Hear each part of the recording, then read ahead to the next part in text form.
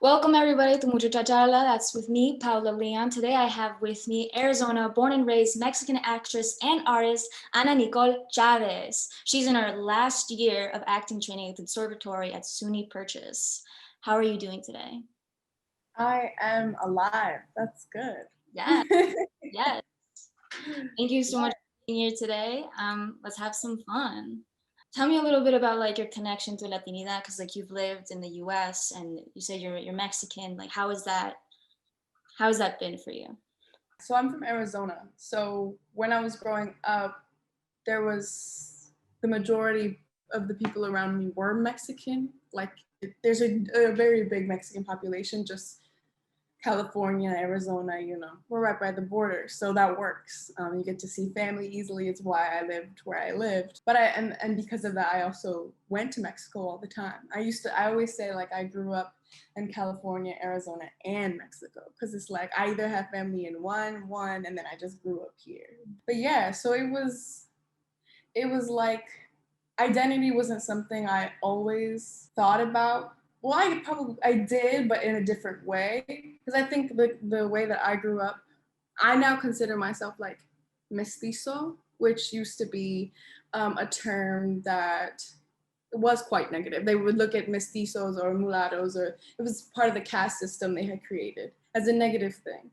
But as I've like tried to look for identity, that is what I have found most encompasses me or where I am now, even just genetically. Like I am of Spanish descent and I'm a colonized indigenous person. So that kind of comes with all kinds of complications and like you're not enough for this, or like you don't look Mexican. Like I've never gotten that I look Mexican, especially after my hair got curly, like it just turned curly during puberty. It was like, what are you?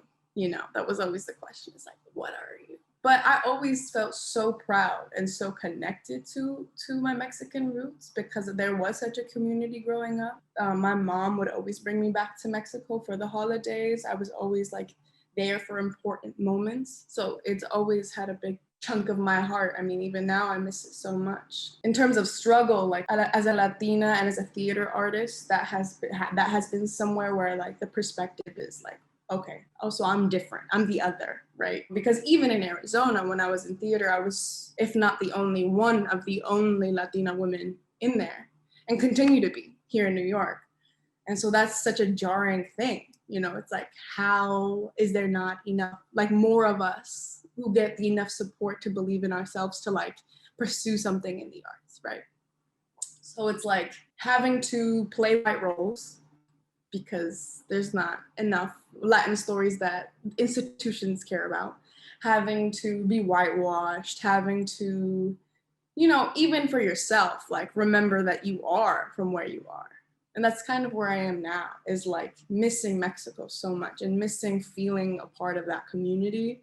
But that's why I'm excited about even this show, because even you, like you're another Latina. I'm always excited to work with Latinas and to even build some sort of friendship or whatnot, because it honestly has been hard in New York. Not that there isn't Latinos, especially now that I live in the Bronx, but it's like, that's why I moved to the Bronx. I was like, this is where they are.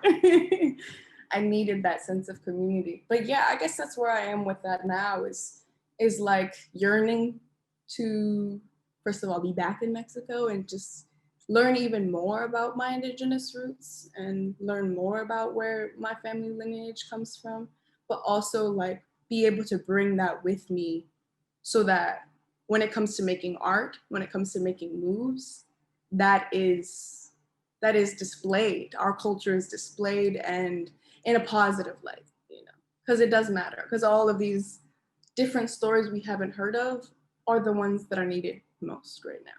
No, yeah. And actually jumping off of that, bleeding into my next question, like how do you feel that like your culture, or rather like combinations of cultures, has influenced like your work? I mean, it has to have. I know that in terms of creating work, I feel like I haven't dived as much into playwriting or like real story writing, but I do a lot of poetry that I plan on doing even more of, because I find a lot of freedom in poetry. And maybe that's why I like it so much, because it's almost like there hasn't been a template for Latino stories as much, that it's like, I don't know even how to begin to tell one of our own stories. And so poetry has been like an outlet for me to just go through a narrative, go through an experience that is from a Latina woman, is from a Mexican woman, Chicana queer woman, which is already like, you know, has its struggles, of course, and everybody does have their struggles, but especially when you're in these institutions and these businesses where you are a quota or where you are like a place filler.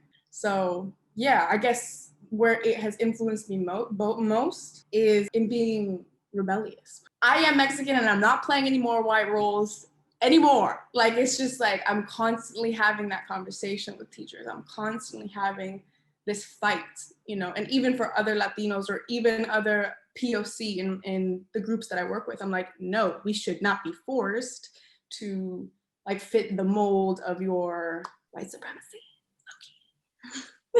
Okay. Love that. What's your favorite Latinx dish? I would say pozole, which is it's a Mexican dish. I love pozole. Can you describe it a little bit?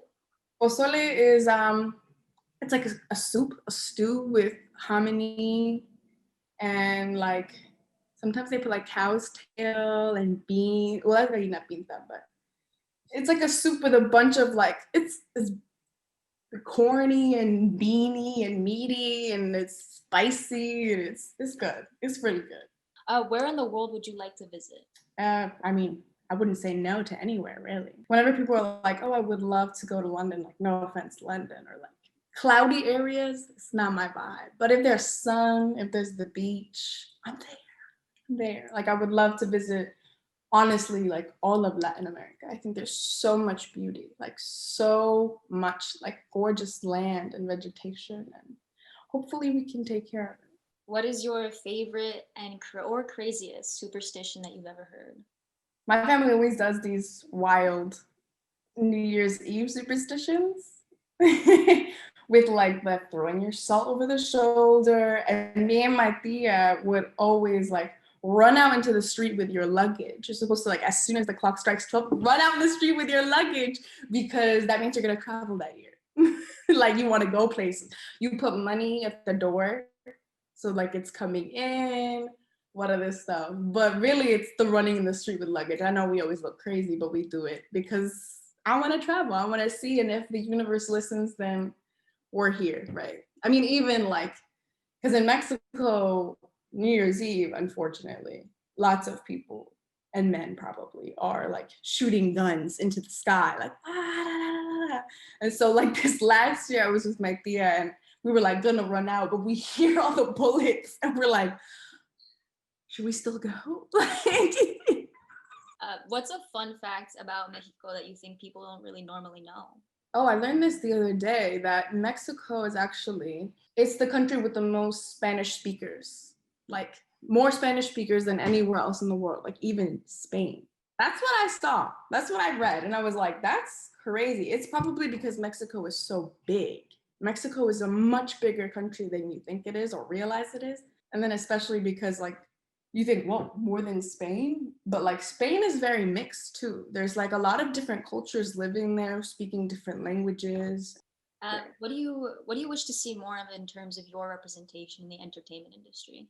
Like, I just want to be a part of the endless stories that have not even been touched on, like from the Latin community, from the Mexican community, about struggle, about having to like work harder, about even identity. Like identity is so complicated. I would love to tackle on projects and storytelling that include those kinds of themes. I think even more so, me as a like light-skinned indigenous woman, basically, I would always do my part and hope that the people who have that kind of privilege as I do bring up and like lift up the voices of the indigenous people from their countries, because they are still not like receiving what they deserve. Like Native people all over the world, like Native people in the US, like they need way more respect and way more opportunity and way more like just listening to them instead of us trying to govern what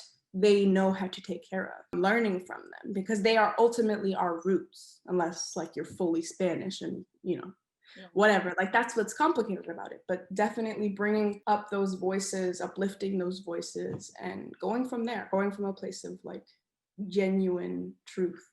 What is something that you're proud of at the moment? I'm proud that I, you know, not that I'm a bad student, but like I'm really in my senior year of college. Like that's crazy. That's so crazy that I'm here and that I'm able to pursue what I'm pursuing, which is acting, you know. I am the only Latina woman in my like company, my ensemble at school, but I have been the only one. And like I always remember that. Like I am the only one, but because I'm here, there will be more later. You know what I'm saying? It's about opening the door. It's about representation. So I'm just proud that like I'm still on this road to representation because that's all I ever wanted.